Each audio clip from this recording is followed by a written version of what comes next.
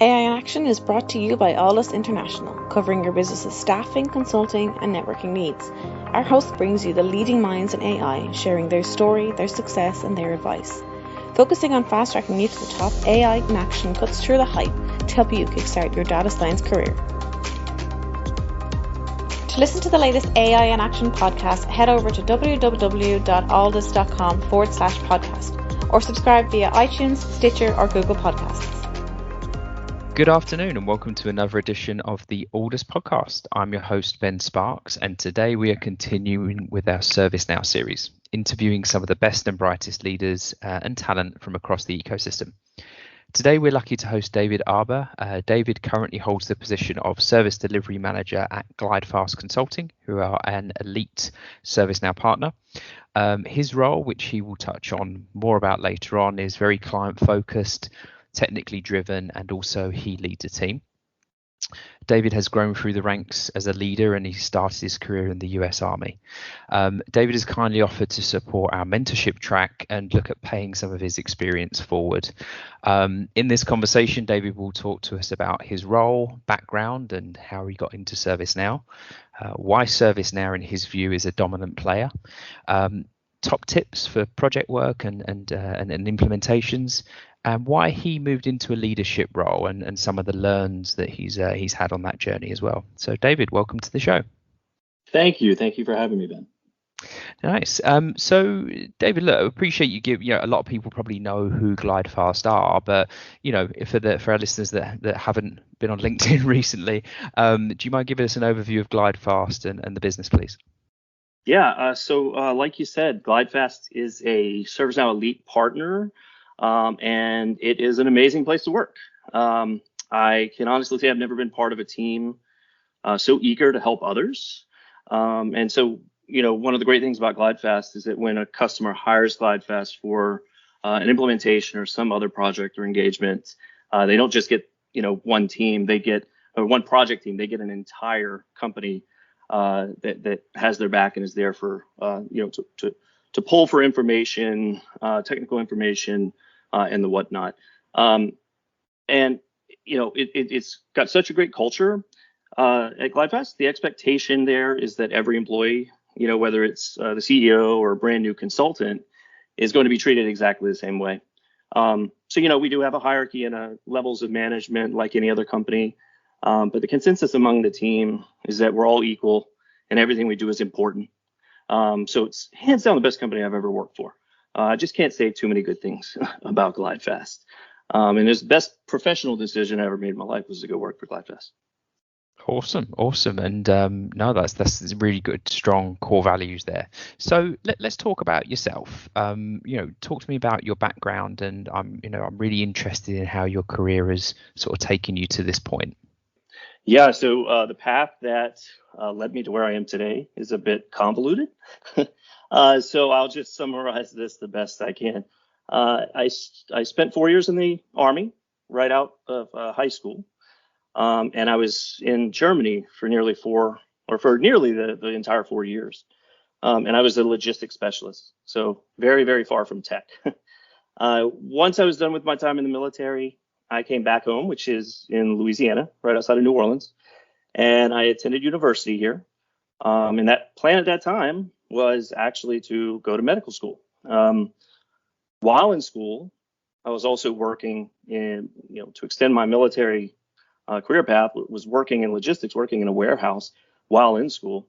And I found myself climbing the management ladder at that warehouse. So long story short, working in logistics provided challenges that I had to help solve through the use of technology. And so I really started down a completely different path than what I initially, started on, and started going down the programming path. So it started with Microsoft Excel spreadsheets, which I feel I've talked to so many people that start the same way. Microsoft Excel spreadsheets to help us solve, calculations and to help us manage teams within the warehouse. And then that eventually led to a little more programming in Microsoft Access. And then the natural step after that was .NET. And then I, obviously learned during this time that medical school wasn't the path I should be on. Right. So I started devoting all of my time, all of my extra time, to learning as much as I could about programming. So that eventually led to an actual programming job at a local insurance company.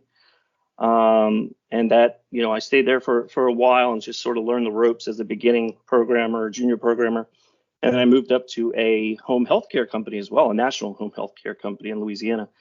And after a few years managing teams at this company, it became apparent that the IT department was actually going to be outsourced. So, Right. I kind of had to look for another home.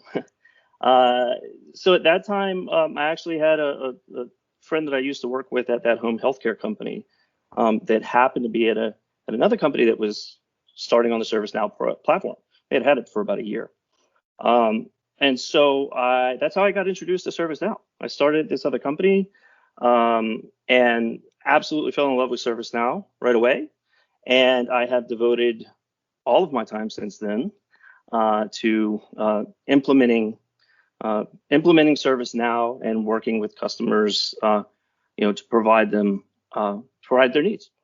Nice. And so look, that's a great story, and it's really amazing how lots of people take different paths within that. And medical school to IT is probably our first on the show, so that's a good one. So looking at your role at GlideFast specifically, I'd love to know a bit more about your kind of day to day and what a service delivery manager basically is. Service delivery manager at GlideFast basically means I manage the day-to-day of a team of architects and technical consultants. But there's another side to it. I also help manage customer projects, specifically if those projects are escalated or something needs to be handled outside of the core project management team for that project.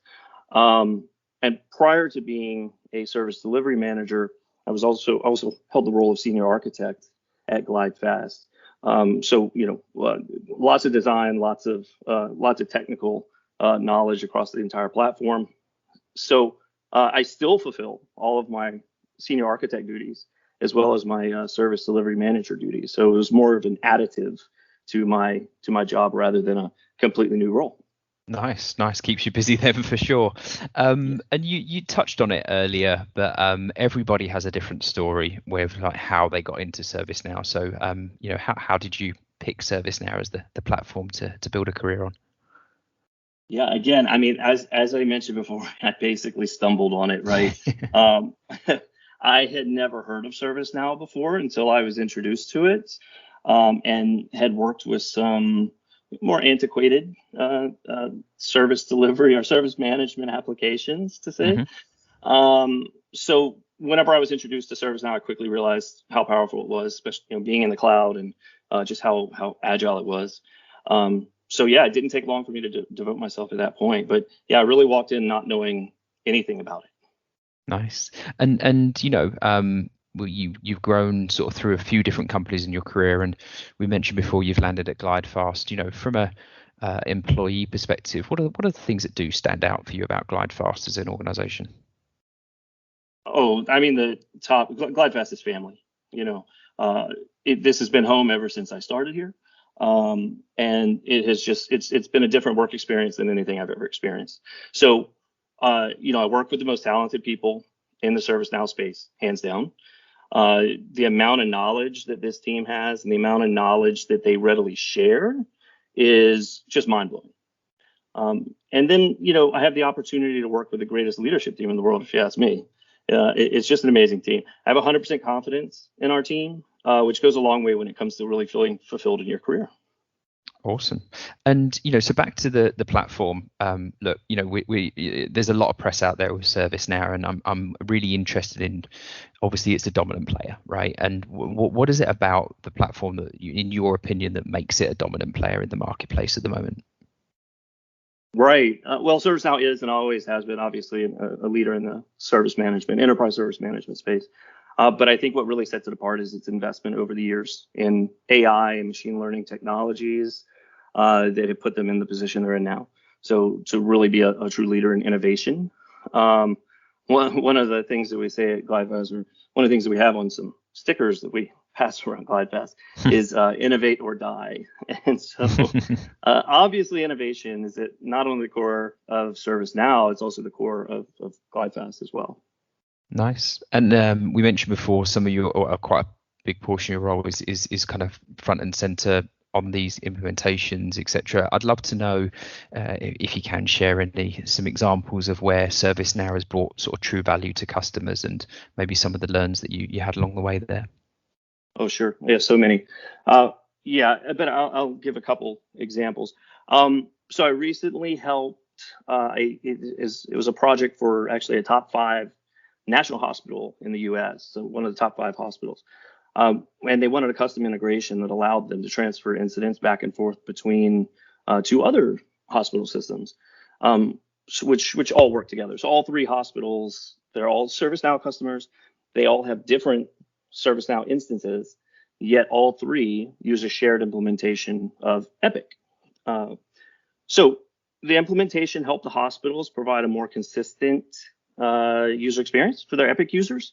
So if a user is at one location, or a different location every day of the week, that user should be able to call a single help desk and get information about his or her issues or incidents, even if those were reported to a help desk at one of the other hospitals, right? So it's all about portability. And in addition to the transfer, so we built that integration where it allowed them to transfer the incidents between systems. But in addition to that, we also provided them with a really nifty portal that allowed them to search for incidents across all 3 of those instances. So as a help desk employee, somebody calls in and gives them an incident number, they can search, and it will bring up the incidents for whether it's in their system or one of the other 2 hospital systems. So it was a really cool tool. Very cool. Yeah, it was a challenge. It was great. And I'll use another example. I'm currently working on another project for an engineering company that right now is building a proof of concept in ServiceNow with the hopes of winning a multi-billion-dollar government contract. And this is workflow driven, the solution that we're building for them. The workflow we're building, it's extensive, and it includes multiple integrations with multiple systems. And it also makes use of the new tag-based service mapping, as well as event management, to show the agency when they perform this, when they demo this proof of concept, to show the agency how easily ServiceNow can monitor specialized infrastructure and react to issues that may arise. It's a great project. That sounds amazing, and it must be so interesting to see these different organizations using the same platform, getting different value out of it. It's really really mind blowing. So Absolutely. If I'm thinking, I'm sure you have to give some advice, and you've probably seen a few of these implementations that have been amazing and some that maybe have had a bit of a bumpy road. What should be top of mind for anyone implementing or enhancing a current ServiceNow system? So if I'm a CIO and I'm thinking I'm embarking on digital transformation or change, or just ServiceNow as a product, what should I be thinking about? Right. So the obvious answer here with anyone who's developed or done architecture in ServiceNow is to keep customizations to an absolute minimum. So we really drive configuration over customization in the platform as much as we possibly can, until all other avenues are we've tried every other avenue and we have to go down the customization path. So we push this idea on a daily basis to all of our customers. We know that zero customization model typically doesn't happen because of business needs. But all customizations or any customization applied to the platform should be evaluated thoroughly, planned for carefully, and always implemented with the next developer in mind, right? So whenever I develop something or whenever I put code into ServiceNow, I'm not building it for myself. I'm not building it for the customer necessarily. I'm building it for the next developer that comes in and can maintain that without taking on a ton of technical debt. So yeah, we try to explain this to customers before they go down the road of customization. We've completed hundreds of implementations across the platform, so we know how to best approach problems that may lead to customizations, and then advise on those approaches. So it really is push away from customizations as much as possible while still delivering the needs to the customer. You know what, technical debt and over customization seems to be a theme that we're hearing actually. So that really makes sense. So as we mentioned before, you know, we in the podcast we want to offer advice about, you know, learns in both technically and implementation based, but also from a mentorship perspective. So you know, when we first got connected, you're obviously in a leadership role. One of the things I was really interested is that you kind of moved into that role throughout the ranks. So, you know, when and why did you move into a leadership role, I think is my question. Yes. You know, I fell into leadership sort of early in my career path. And I think a lot of it had to do with my military experience, singled me out as being a leader whenever, you know, moved from military into the civilian world. But, you know, leadership now and leadership in software consulting is completely different than the leadership that I started in, right? Consulting leadership demands that the leader not only be able to motivate and lead to a common vision or goal, but it also demands that the leader be able to teach others by example, you know, about the technology the team works with every day. So I love a good challenge, and leadership in consulting is super challenging, but it's also very rewarding. Ultimately, to answer your question, I got back into leadership at GlideFast because I knew I could help others achieve their personal goals and help them align their goals with overall company goals. And I'm passionate about the company I work for, about GlideFast. So it just made sense that that's where I needed to be. Nice. And what does leadership mean to you? We hear a lot of it. It's thrown around a lot as a buzzword, but what does it really mean to you? Sure. It's simple to me. Leadership is lead by example, always do the right thing, and share everything willingly, everything that you know. And you know, ultimately that leads to influencing as many as you can to all get moving in the right direction. I mean, that's what leadership is, right? It's walk, you know, follow me. So it's really about influencing as many people as you can to get moving in the direction of the larger organization that you're leading under. If everyone's working towards the same goals, I think achievement of those goals is imminent. Nice. And we talk to a lot of people who are navigating that, right? They're navigating a move from either technical to managerial stroke leadership roles, or even in hybrid technical leadership roles. What advice would you have for those people? Right. Yeah, I would say learn everything you possibly can. I mean, I know that's kind of obvious, but learn everything you possibly can. If you don't know why something works, or the way it works, or the way it does what it does, then you know, figure it out. Do your best to figure it out, or talk to somebody who can help you figure it out. You know, get that background on why something's doing what it's doing, so that you can really have a knowledge of that, you know, of that subject. And if you hit a brick wall when you're developing, don't give up. Find the answer and learn from the experience, so that next time it doesn't take as long, but put the time in. Leadership is all about getting folks to follow. And I think that happens naturally when you have this knowledge, this deep knowledge of how things work behind the scenes, and you know, things that some people think are magic or just don't understand. When you have that knowledge, you tend to people tend to follow. Gotcha. And you know, you've navigated the sort of a number of different sort of segments within the industry, but I think one of the ones that we get asked about a lot is the difference between consulting or end customer transition, and obviously you've made that move, and obviously it kind of goes vice versa as well. What advice do you have for people who are either coming into consulting or coming into an end customer? What would you say is the biggest advice or top tips you'd give them? Right. So in consulting, it's obviously all about the customer. When you are a customer, it's about your internal customers. But when you're in consulting, it's all about the customer. So, you know, you really have to learn to be a people person and get comfortable talking in front of others. Some people really just, you know, don't have that knack, or it's something that they definitely have to learn over time. And I think key is be confident. So when you talk to your customers, you have to be confident with your answers. And there's times where you're not going to know the answer. So you have to know what to do at those times. And it's that, you know, you tell a customer that you'll get back to them at a later time. You don't tell them false information, but you're confident even in when you don't know that answer, right? And so I think that really portrays a extensive, it portrays the knowledge, the fact that you have this knowledge and extensive experience. And if you don't deliver answers with confidence, I think the customer doubts that. They doubt your knowledge. It kind of doubts everything, honestly. So I think it's all about building your customers' confidence in your abilities and the abilities of that larger team that's behind you.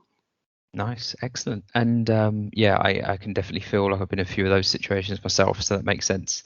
And look, we're coming to a close now, but one of the things we always like to do is kind of, looking back, if you were to give some advice to your younger self, and I'm thinking, maybe not your younger self as in this morning, but 5 years ago, David, what advice would you give to anyone or your younger self? Oh, wow. Yeah, so I would probably tell myself to focus more on web technologies rather than those enterprise application technologies that I focused on early on. Because that's where it is now, the web technologies. And there was a learning curve getting from the enterprise technologies more to the web technologies. So I'd probably concentrate on that a little bit more. But other than that, I'm not sure I'd really give myself any other advice because I think the path that got me to where I am, like I said, is twisty and turny and convoluted. But I think getting down that path was necessary to get me to where I am. I work a lot of hours. I work like 16 hours a day, and I love every single minute of it. And talking with people throughout the years, I don't think many people can say that they have this true passion for what they do every day. And I really think that the passion is partly because of the perspective I gained while going down that path to where I am today. I think that is fabulous advice. Thank you very much, David. That's there's probably more advice in there than probably you actually realize. So awesome. Well, look, thank you so much for taking the time. Look, it's been a pleasure. I think you've covered an awful lot here in a short space of time, and I'm sure we'll be kind of maybe digging into these in a future podcast with you, I hope. But no, thank you very much, David. It's been a pleasure. Thank you so much. Appreciate it. AI in Action is brought to you by Alldus International, covering your business's staffing, consulting, and networking needs. Alldus offer an exec search program. Alldus can help you discover how data science and AI can transform your company. With our unrivaled network of C-suite executives and senior AI professionals, we offer retained search services across the US and Europe. Get the Alldus advantage. Become a member of the Alldus community and enjoy some of the following: AI meetups. Once a month, our community gathers to listen to some of the leading experts in the world of data science and AI. Our speakers come from all over the world, including Dublin, Boston, and Frankfurt. We also have our AI mentors. Our experts will provide mentoring to Alldus members. And don't forget our AI in Action podcast. Each week, we have guests from all over the world talking us through their education, career, and more. Become an Alldus member and get the Alldus advantage. For more information and to sign up for our newsletter, log on to www.alldus.com. That's www.alldus.com. Alldus International, empowering through AI.